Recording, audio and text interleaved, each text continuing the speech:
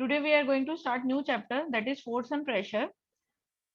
So इसको notes भी हम लोग साथ साथ बनाएंगे, तो take out your pen or pencil whatever and take out your notebook. We are going to start making notes of this chapter. Okay.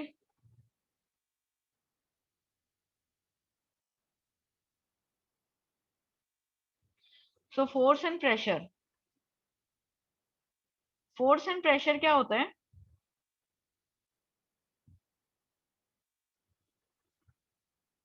Force क्या होता है?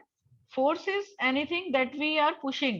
किसी भी चीज को पुश करना या पुल करना उसको बोलते हैं फोर्स. जैसे for example if you see in your notebook, in your book, किसी भी चीज को जब हम पुश करते हैं या फिर पुल करते हैं तो एक फोर्स लगता है. हर चीज में फोर्स लगता है.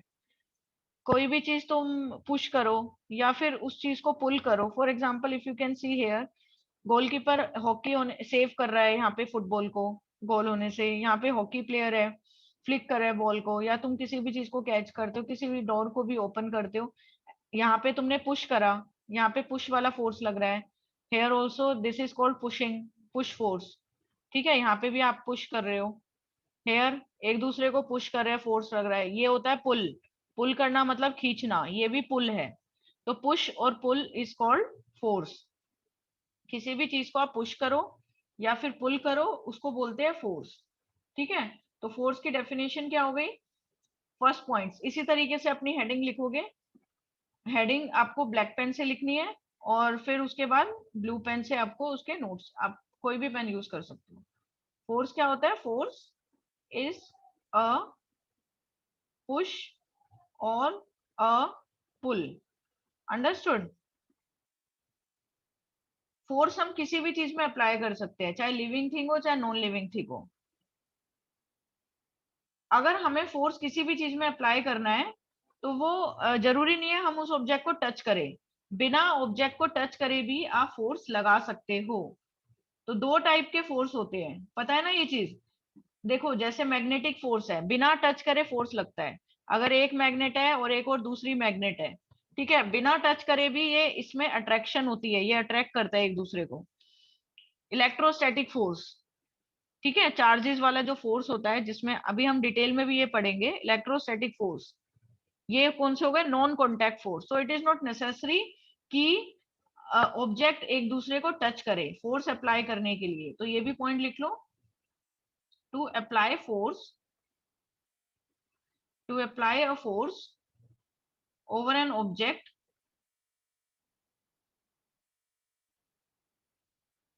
it is not necessary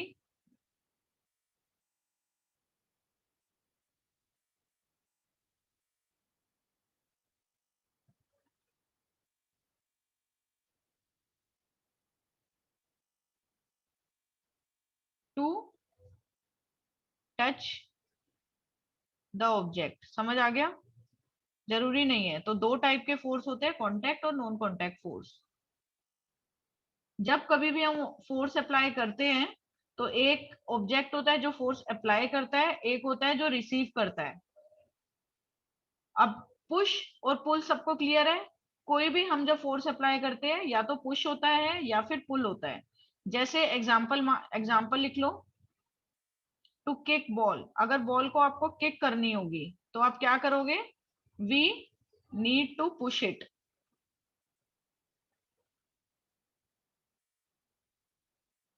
to pick book, अगर आपको बुक को पिक करना होगा तो आप उस बुक को पुल करोगे, अपनी तरफ खींचोगे. ठीक है, मतलब धक्का देना पुश, अपनी तरफ खींचना पुल. अगर आपको बुक को पिक करना होगा तो आप कौन सा? We need to pull. समझ आ गया? तो पुश और पुल, और भी काफी सारे एग्जांपल्स इसके होते हैं. नेक्स्ट हेडिंग डालो. डायरेक्शन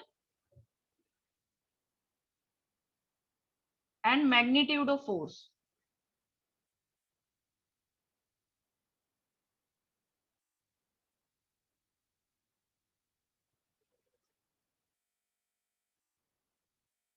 फोर्स की एक डायरेक्शन भी होती है और मैग्नीट्यूड भी होता है.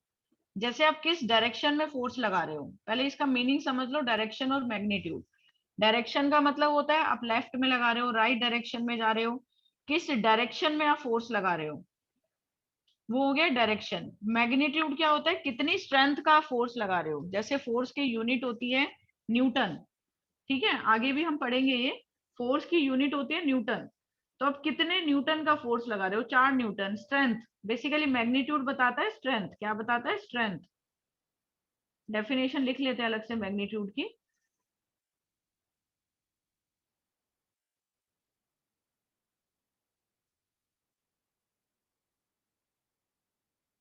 Measurement of strength,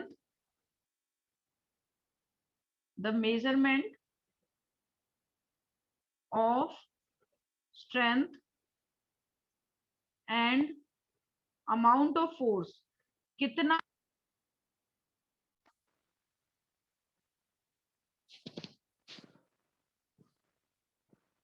is called magnitude of force.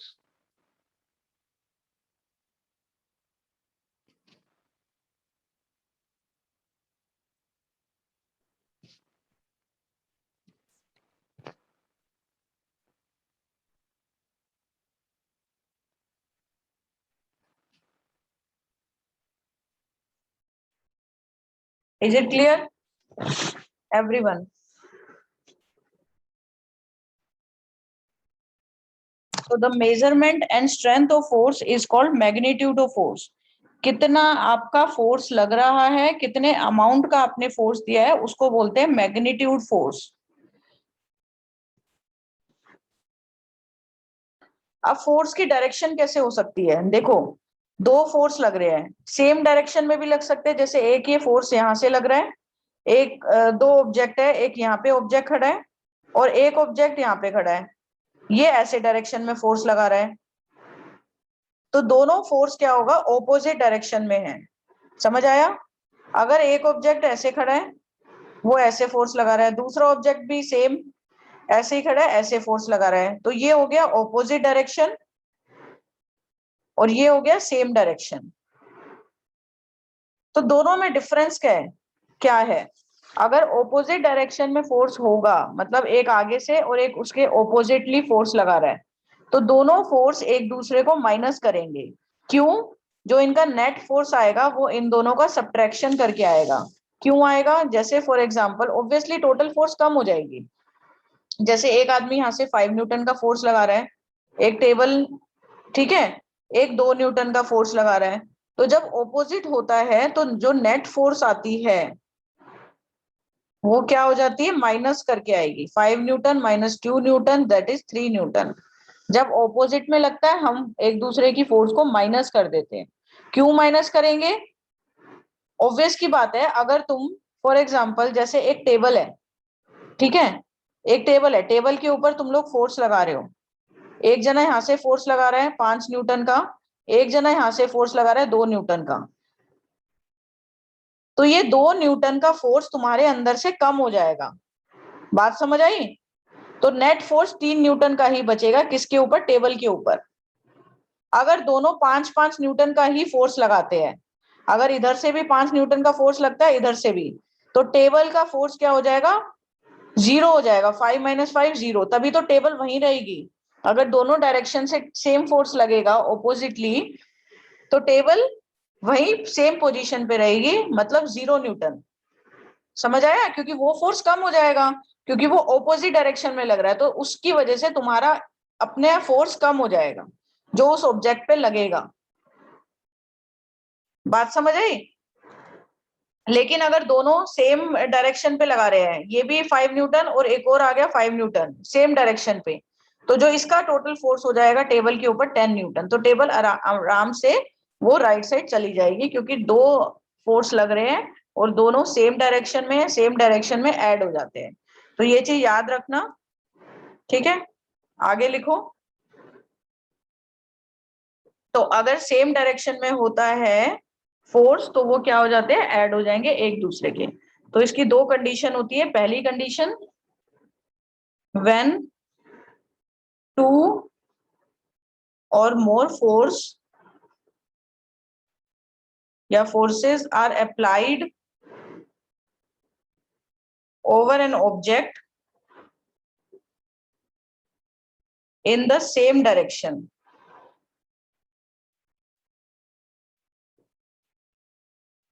अगर सेम डायरेक्शन में लगेगा, ठीक है, तो इसमें क्या होगा, अगर सेम डायरेक्शन में लगेगा तो जो नेट फोर्स होगा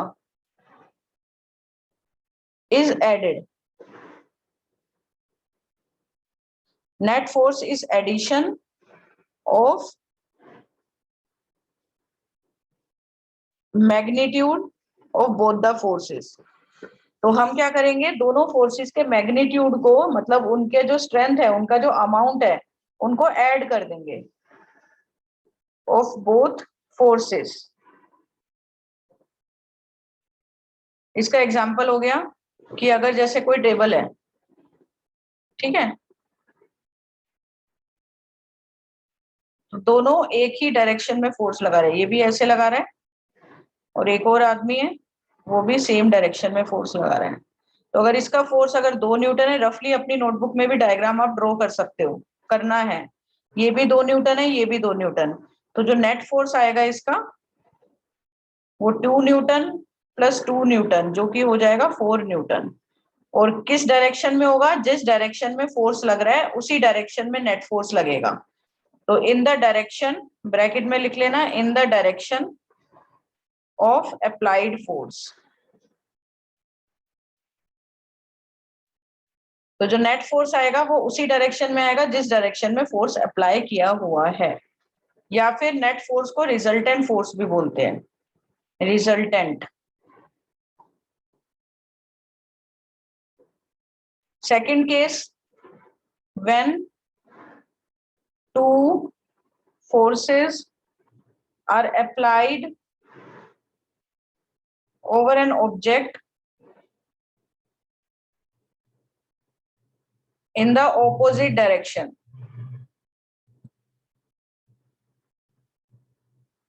अगर opposite direction में होगा तो क्या होगा, जो नेट फोर्स होगा, net force is the difference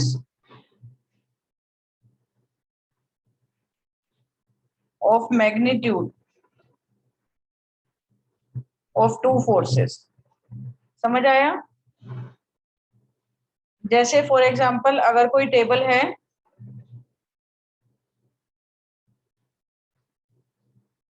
एक जना फोर्स यहां से लगा रहा है और दूसरा फ्रॉम हेयर, तो अगर ये 8 न्यूटन का फोर्स लगा रहा है और ये 6 न्यूटन का फोर्स लगा रहा है, तो जो नेट फोर्स आएगा या फिर रिजल्टेंट फोर्स आएगा वो हो जाएगा 8 Newton minus 6 Newton, that is 2 Newton.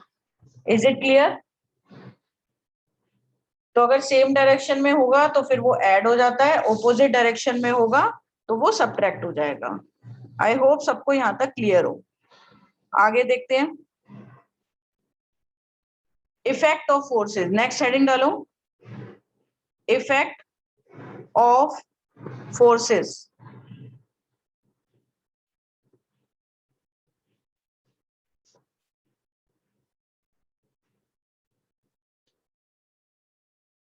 Next is effect of forces.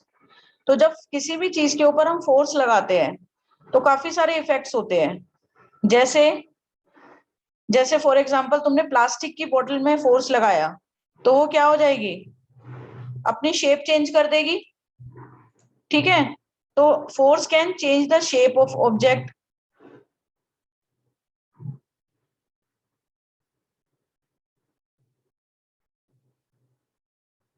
Clear?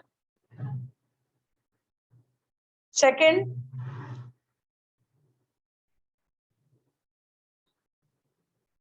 एक बॉल पे तुम फोर्स लगाते हो या बलून पे, तब भी वो अपनी शेप चेंज कर देगी, या रबड़ के ऊपर स्ट्रेच करते हो, फोर्स लगाते हो तो वो अपनी शेप चेंज कर देगी। तो तुम ये लिख सकते हो, force can change the shape of object. Next effect है, force can change the state of motion. मतलब अगर कोई ऑब्जेक्ट रेस्ट पे है तो तुम उसको फोर्स लगा के मूव कर सकते हो। जैसे एक बॉल है, बॉल रेस्ट पे है, तो तुम उसको एक क्लिक करोगे, फ्लिक तो तुम क्या करोगे, उसको अगर किक करोगे तो वो मूवमेंट करने लग जाएगी। या फिर इसका उल्टा भी ट्रू है, अगर कोई बॉल ऑलरेडी मूव कर रही है तो तुम उसको स्टॉप कर सकते हो फोर्स लगा के। तो तुम एक ऑब्जेक्ट को रेस्ट से मोशन में लेके आ सकते हो या फिर मोशन से रेस्ट पे लेके आ सकते हो। तो force can change the state of motion.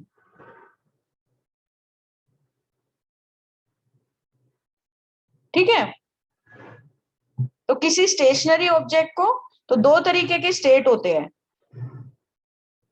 State दो तरीके के होते हैं, एक होता है रेस्ट स्टेट और एक होता है मोशन स्टेट।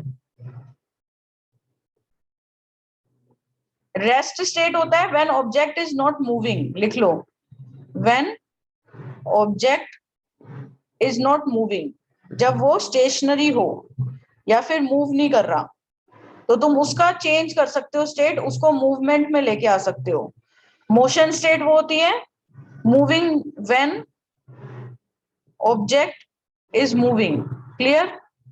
जब कोई ऑब्जेक्ट मूव कर रहा है तो उसको बोलते हैं मोशन स्टेट, जब कोई ऑब्जेक्ट स्टेशनरी है या रेस्ट पे है उसको बोलते हैं रेस्ट स्टेट। तो तुम अपना फोर्स लगा के किसी ऑब्जेक्ट के स्टेट चेंज कर सकते हो, रेस्ट से मोशन में लेके आ सकते हो या फिर मोशन से रेस्ट पे, या फिर तुम क्या कर सकते हो, उसकी स्पीड इंक्रीज या डिक्रीज भी कर सकते हो। फोर्स कैन इंक्रीज और decrease the speed. Speed up भी कर सकते हो, स्पीड डाउन भी कर सकते हो।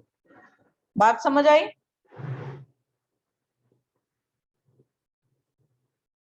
एग्जाम्पल्स लिख लो इसके थोड़े से। देयर आर सम एग्जाम्पल्स, जैसे a boy want to move a tyre, देखा होगा फास्टर। अगर कोई बॉय है वो टायर को मूव कर रहा है तो उसको फास्टर मूव करने के लिए उसको वो बार बार पुश करेगा। It has to be pushed repeatedly, उसको बार बार पुश करना होगा। बात समझ आई या नहीं आई?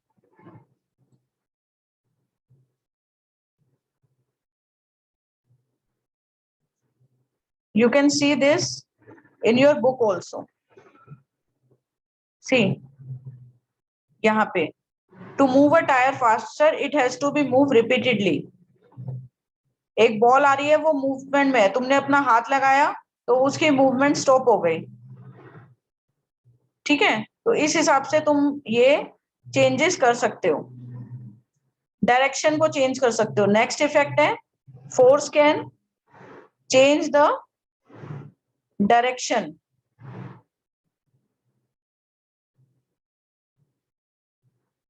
Force can change the direction of object.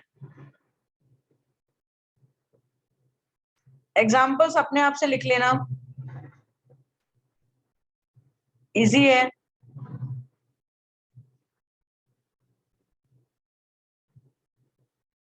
Shape, direction, speed या फिर रेस्ट पे लेके आ सकते हैं। ठीक है, तो these are the effect of forces. Is it clear? Next topic that we are going to start from the next class, that is types of forces. दो टाइप के फोर्स होते हैं, कौन कौन से? एक होता है कॉन्टैक्ट फोर्स, अपने आप से मुझे एग्जांपल्स लिखोगे, ये होमवर्क है। एक होता है नॉन कॉन्टैक्ट फोर्स, इसको अपने आप से रीड करोगे बुक में से कहीं से भी, और I will ask you contact force के 4 एग्जांपल और नॉन कॉन्टैक्ट फोर्स के 4 example. This is your homework and we are going to start this from the next class. Is it clear? So this is your homework that we are going to that I'm going to check in the next class. Okay, thank you.